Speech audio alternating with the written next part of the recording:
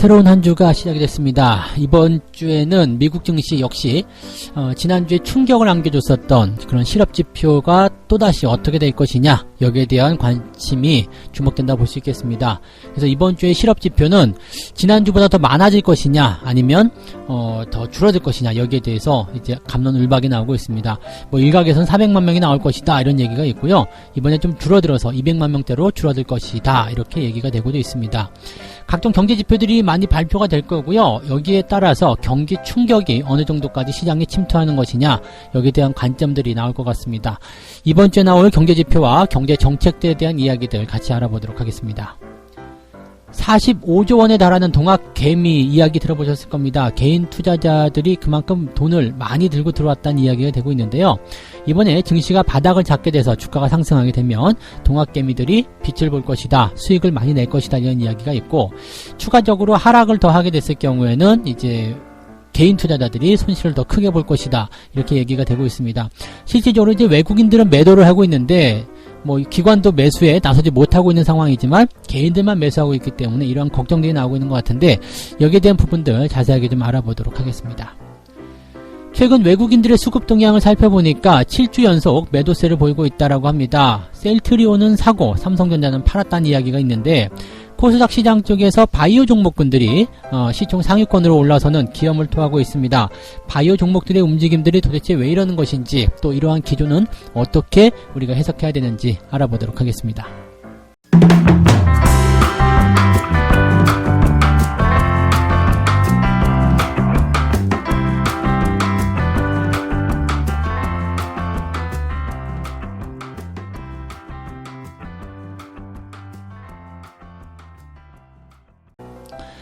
네, 반갑습니다. 오늘은 3월 30일이죠? 네, 3월 30일 월요일.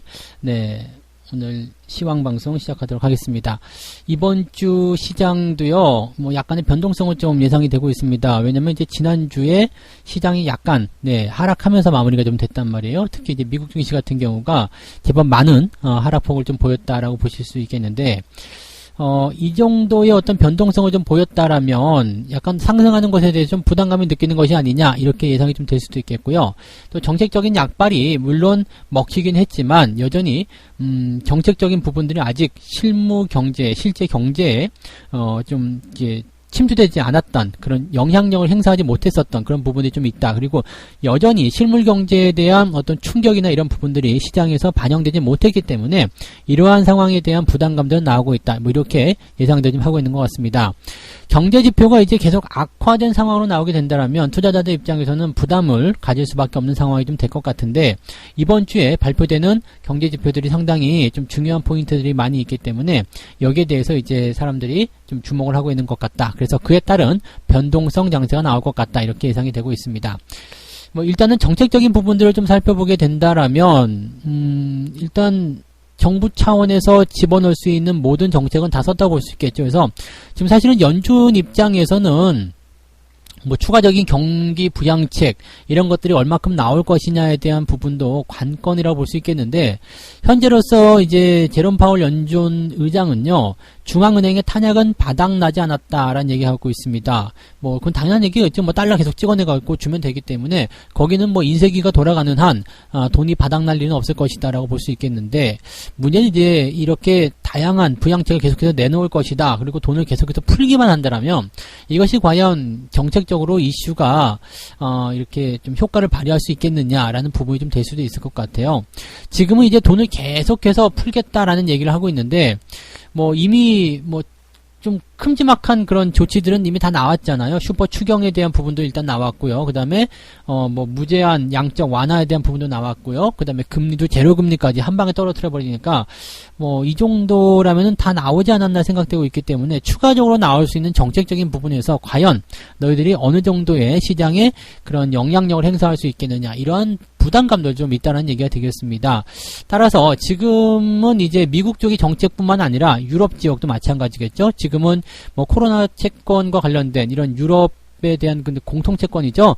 이런 공동채권에 대한 부분들이 일단 기각이 된 상황이기 때문에 여기에서의 어떤 그 부담감들, 또 갈등, 이런 것들이 아직은 불안정한 모습들이 많이 나와 있다, 이렇게 봐주시면 될 것 같습니다. 그래서 이번 주 증시도요, 일단은 뭐 상승에 대한 기조, 즉 바닥에 대한 어떤 그 근처에 왔다라는 어떤 가능성, 이런 것들은 굉장히 높아진 상황이긴 합니다만 여전히 한 방에 튀어 올라가기보다도 발목을 잡으려는 움직임들이 계속 나올 것이다, 이렇게 말씀드릴 수 있겠죠. 그래서 이럴 때는 매매 타이밍을 분산으로 나눠서 잡거나 아니면은 타이밍을 제대로 잡지 않는다라면 조금 변동성에 휘둘릴 수 있는 상황이 될 수 있기 때문에 좋은 종목으로 손실을 보는 부담감은 갖지 않으시도록 잘 체킹해서 대응하셨으면 좋겠다, 이런 말씀을 드릴 수 있겠습니다.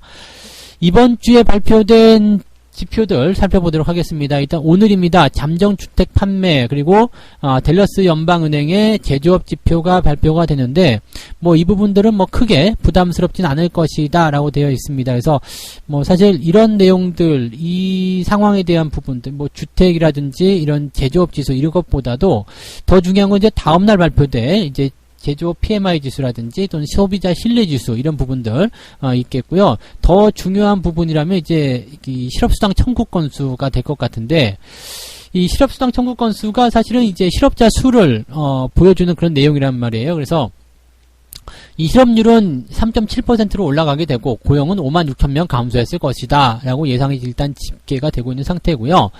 더 중요한 부분은 이제 그 지난주에 328만 명이 실업보험 청구자 수로 이제 집계가 됐었는데, 이번 주에 어떻게 나올 것이냐 이거죠. 이번 주에 320만 명보다도 더 많아질 것이냐 적어질 것이냐, 이 부분이 핵심이 될 것 같아요. 그래서 320만 명보다 줄어들었다라면 일단은 진정세를 보이면서 주가가 반등할 수 있는 기대감은 가질 수 있겠죠. 하지만 지금 마켓워치 쪽에서 집계한 바에 의하면 400만 명이 나올 것이다 라고 얘기가 되어 있습니다.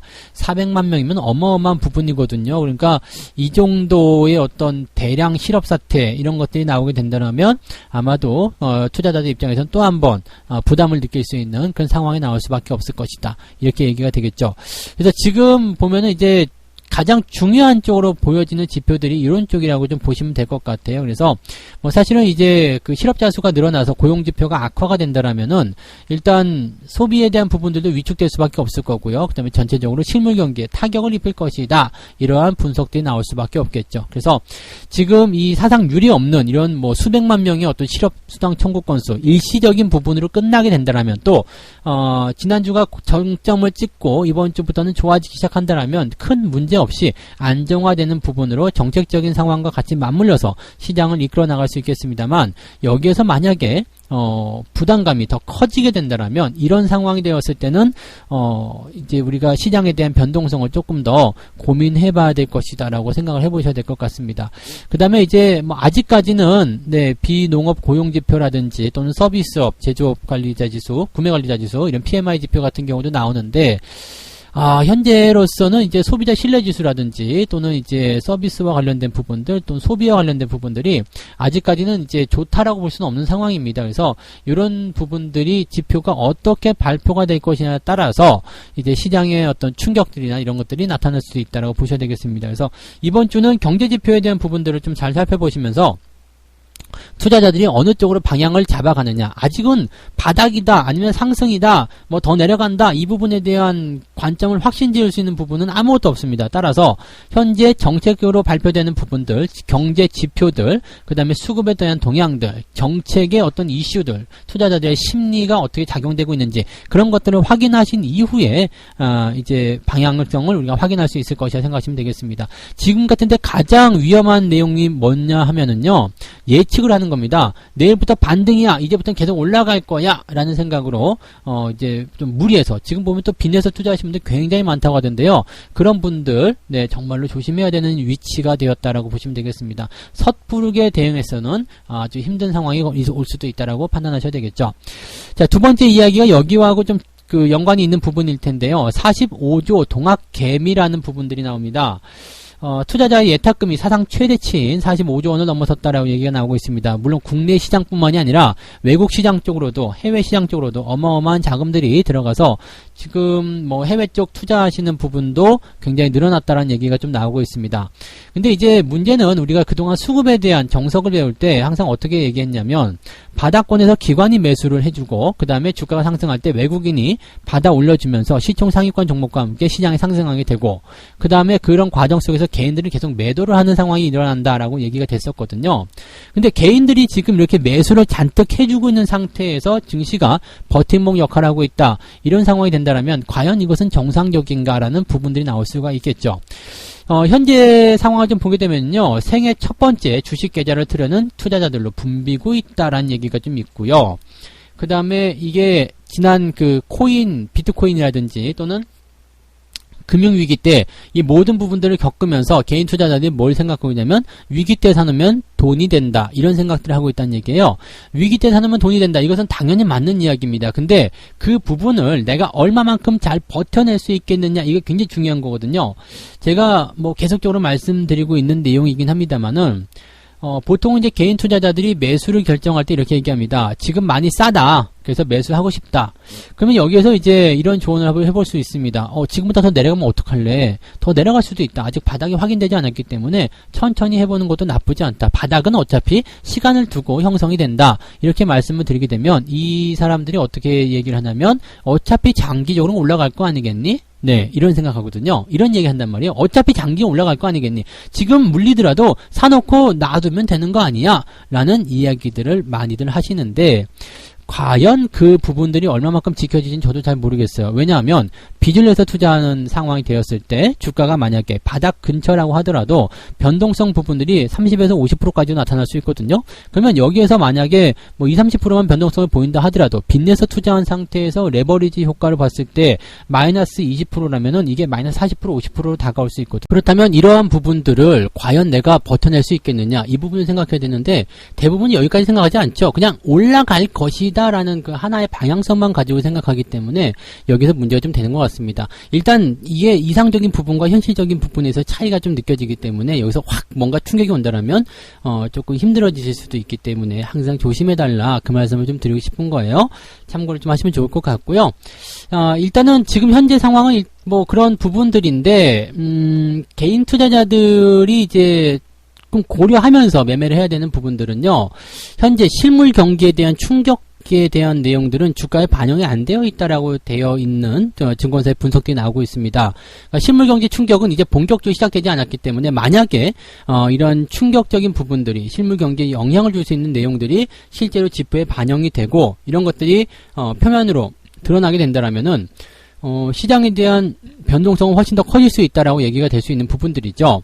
그래서 미국의 총생산 GDP 같은 경우는 지금 역성장을 할 것이다. 골드만삭스에서는 마이너스 24% 그리고 모건스탠리에서는 마이너스 30%가 나올 것이다라고 얘기를 하고 있단 말이에요. 지금 실업수당 청구 건수에 대한 부분들 생각해 봤을 때 뭐 전혀 신뢰도가 없다라고 보긴 또 어려운 상황이 되었기 때문에 그런 것들 좀 고민해 볼 필요가 있을 것 같긴 한데 자, 이것을 생각해 보게 되면요. 증시가 마무리되는 시기, 이 조정이 마무리되는 시기는 이번 분기가 아니라 2분기가 거의 끝나갈 때쯤 되지 않겠느냐. 이런 얘기가 되는 거죠. 그러니까 증시가 만약에 지금을 바닥을 잡았다 하더라도 이것을 완벽하게 확인을 시켜주고 다시 상승으로 전환되려면 적어도 2, 3개월 정도 이상의 그런 기간적인 부분들이 필요하다라고 되어 있는 내용입니다. 따라서 현금이 남아있는 투자자라면 지금이 분명히 좋은 투자의 기회가 되겠지만 투자의 비중을 한 번에 실어버리는 것이 아니라 조금씩 나눠가지고 조금씩 늘려가는 방법을 추천한다라고 되어 있습니다. 이 의견은 제가 늘 드리던 말씀과 비슷한 내용들이기 때문에 여러분들에게 또 한번 언급을 해드리려고 기사를 가지고 온 내용입니다. 그래서 지금 현재 고객 예탁금이 이렇게 계속적으로 올라가고 있는 부분들, 그 다음에 개인들이 많이 들어오는 부분들, 그 다음에 지금이 기회라고 생각하는 부분들 다 좋다 이거죠. 너무 좋은 부분들이고 이런 투자에 대한 것들은 저도 적극적으로 찬성하고 또 권장하고 싶은 내용입니다. 그리고 지금이 사실 여러분들이 돈을 벌 수 있는 좋은 기회가 된다라고 생각해요. 그런데 방금 전에 말씀드렸죠. 제가 걱정하는 건 단 하나입니다. 이 단기적 변동성이 바닥에서 굉장히 심하게 나타나거든요. 그 변동성을 내가 빚을 내서 왕창 한꺼번에 잘못 집어넣었을 때 이 타이밍에 잘못 맞게 되면 이 부분을 과연 내가 장기 투자할 거라는 그 하나의 신념으로 버틸 수 있는 사람들이 많지 않다는 이야기입니다. 왜냐하면 2008년도에도 그랬고요. 지난 2011년도에도 그랬고요. 이렇게 경제적 위기가 나올 때마다 바닥에서 기회라고 생각해서 들어온 사람들이 굉장히 많았습니다만 이 바닥의 변동성을 버티지 못해서 떨어져 나가신 분들이 굉장히 많았어요. 근데 그게 너무나 아깝습니다. 왜냐하면 거의 저점권에서 접근을 했음에도 불구하고 이 변동성 때문에 떨어져 나간다라면 이것만큼 억울할 게 없거든요. 나중에 주가가 올라가게 되면 향후에 뭐 한 1, 2년 정도는 계속해서 우상향 패턴들이 나타나고 정말 큰 수익을 주는 주식들이 나타나게 됐는데 이런 부분들을 놓치게 되면은 정말로 아깝지 않겠습니까? 그죠? 그래서 타이밍을 제대로 잡고 들어가는 그런 투자들이 꼭 필요하다. 그리고 한꺼번에 밀어넣는 것이 아니라 바닥이라는 것은 기간을 어느 정도 소모하기 때문에 그 기간 동안에 충분히 나눠서 매수하시면 이 대응하시는데 훨씬 더 도움이 되실 것이다 라고 말씀드릴 수 있겠습니다. 적립식 분할 매수가 들어간다라면 주가가 하락하고 있는 과정 속에서도 빛을 보는데 주가가 많이 하락한 시점에서는 오히려 굉장히 큰 도움이 되실 거라 생각합니다. 그래서 이런 내용들 꼭 여러분 참고하시고요. 기회니까 한 방에 다 집어넣어야 해. 이런 생각들은 조금 접어두시는 게 유리할 것 같다라고 말씀드릴 수 있겠습니다. 참고하시면 좋겠고요. 자, 세 번째 마지막 이야기입니다. 외국인들의 수급 동향을 좀 살펴볼 건데요. 7주 연속 매도 팔자 얘기가 나오고 있습니다.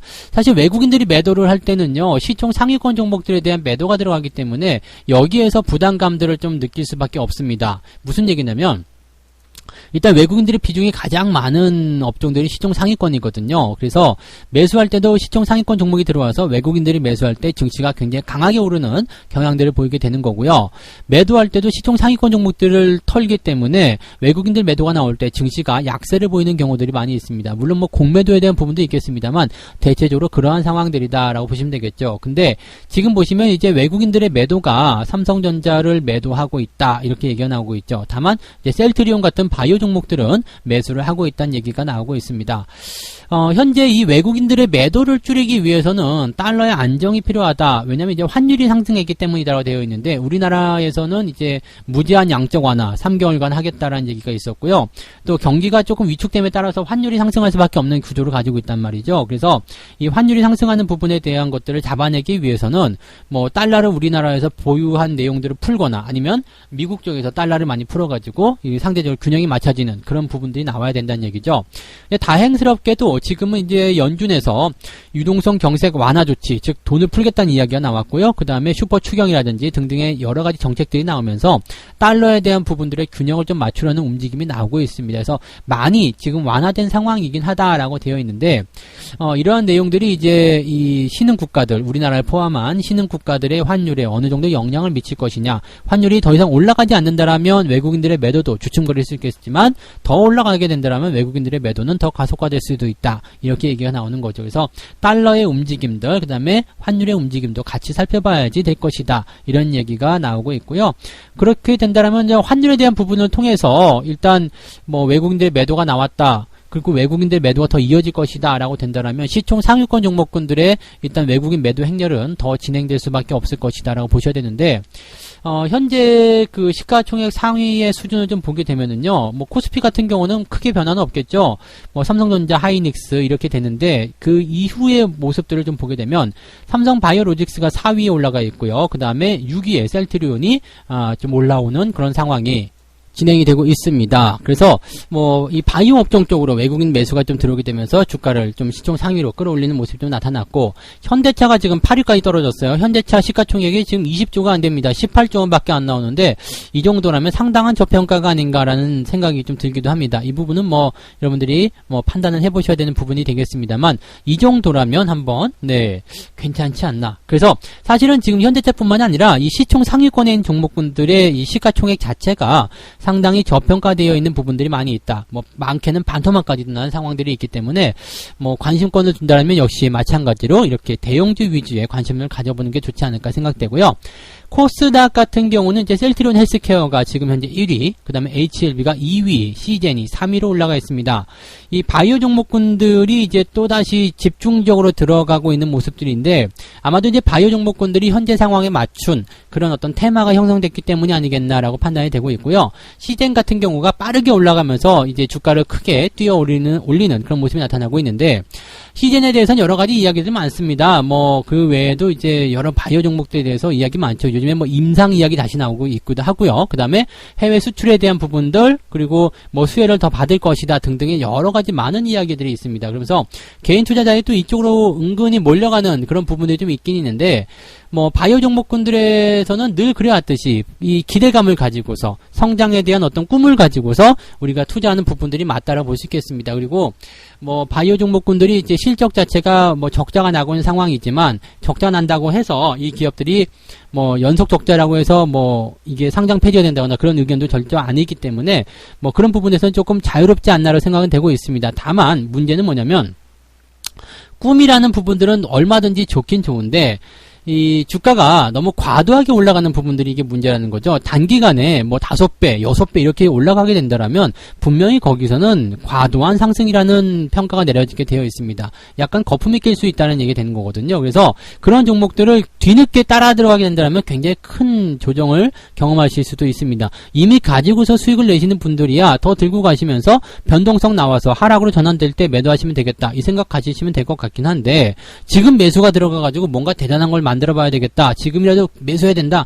이렇게 생각하시는 것은 이제는 부담스럽다는 이야기죠. 그러니까 가지고 계신 분들 같은 경우는 뭐 5일 이동평균 기준으로 하든 아니면 음봉이 크게 떨어지든 아니면 거래량이 나오든 뭐 여러 가지 그 조짐들이 있단 말이죠. 그러니까 그 조짐들에 따라서 대응 전략을 잡아가시면 되는 건데 그때까지는 계속 보유하셔도 되는 거잖아요. 그러니까 그렇게 하셔도 되는데 신규 접근에 대한 부분들은 반드시 조심하셔야 되겠죠. 그래서 이제 바이오가 뜬대. 바이오가 잘 나가고 있대. 지금 바이오로 돈 많이들 벌었대. 이런 이야기는 언제 많이 들어보셨죠? 2018년도에 여러분들 정말 많이 들어본 얘기가 아니겠습니까? 그래서 그런 이야기들을 여러분들이 종합적으로 생각하시면 이제는 조금 많이 올라간 바이오 종목군들에 대해서는 주의가 조금 필요하지 않겠나 생각합니다. 그래서 신규 접근에 대한 부분들은 다시 한번 재고하시기 바라고요. 그 다음에 가지고 계신 분들은 변동성이 나올 때 언제든지 팔 수 있다. 이런 생각으로 접근해 보시면 도움이 되실 거라고 생각합니다.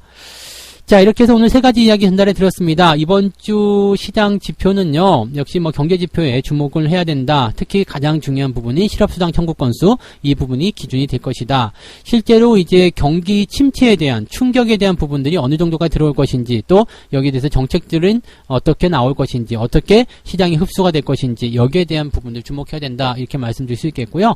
일단 이번 주 정도는 변동성이 예상이 되고 있다 정도로 봐주시는 게 맞을 것 같습니다. 개인 투자자들이 지금 사상 유례 없는 45조 원이라는 엄청난 실탄을 가지고 시장에 들어오고 있다라고 하는데 중요한 것은 지금 위치가 많이 떨어진 위치이기 때문에 매수해서 수익을 내기 좋은 기회, 돈을 벌기 좋은 기회인 것은 맞습니다. 지금 투자하시는 건 좋은 전략이긴 한데 문제는 뭐라 그랬죠? 빚을 내서 한꺼번에 몰빵을 친다라는 거, 이런 부분들. 바닥에서 나타나는 변동성도요 20-30%씩 금방금방 나오기 때문에 반드시 조심해야 된다. 타이밍 잘못 잡으면 바닥에서 매수해도 오히려 물려서 손실을 크게 볼 수도 있다는 이야기가 되는 거죠.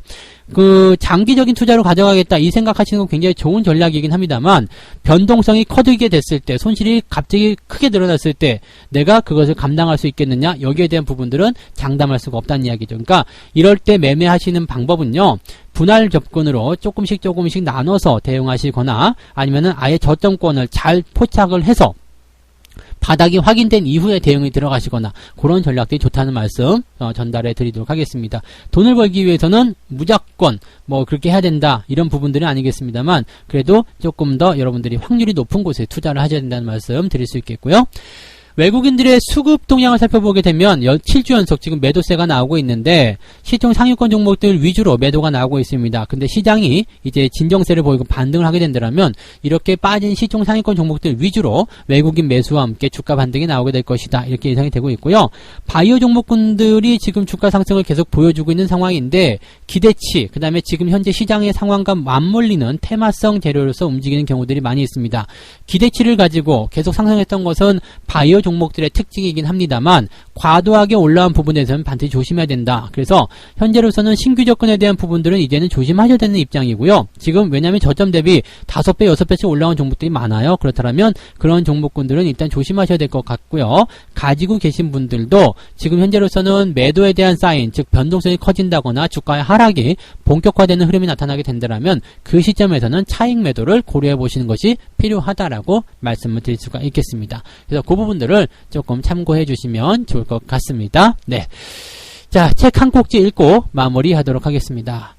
쌀 때는 누구나 알고 있다. 폭락 시세에서 살면 되는 것이다. 비쌀 때는 언제인가? 애초에 싸게 사두면 나중에 조금만 주가가 회복해도 언제 팔거나 비싼 때 파는 셈이 된다. 라고 책에는 쓰여져 있습니다. 뭐 간단한 이치잖아요. 그죠? 주가가 폭락했을 때 싸면 되는데 추가적으로 더 하락하는 부분들이 나타나면은 견딜 수 있겠느냐도 포함이 돼야 된다는 이야기가 되겠습니다. 그래서 쌀 때 사놓으면 그 이후에 언제든지 팔더라도 단돈 100원을 벌더라도 비싼 때 파는 것이기 때문에 주식 투자에서는 성공할 수 있다라는 얘기가 되는 겁니다. 지금이 또 그러한 기회가 될 겁니다. 그래서 지금의 기회를 놓쳐서는 안 되겠습니다만 항상 신중하게, 그죠? 이 바닥에서 나타나는 변동성에 여러분 노출되지 않도록 최대한 여러분들이 유리한 위치에서 주식을 매수해 줬으면 좋겠다, 이 말씀을 드릴 수 있겠고요. 그런 타이밍 잡는 것이 조금 불안하다 그러면 항상 분할 접근, 적립식으로 조금씩 띄어서 차근차근 접근해 나가시면 된다. 충분히 매수할 기회는 있다고 말씀드렸죠. 바닥은 단방에 형성되는 것이 아니라 어느 정도 기간을 두고 형성된다는 거 절대 잊으시면 안 될 겁니다. 자, 여기까지 이야기해드렸습니다. 이번 주도 여러분들 성공투자 꼭 해내시기 바라고요. 저는 다음 시간에 다시 오도록 하겠습니다. 고맙습니다.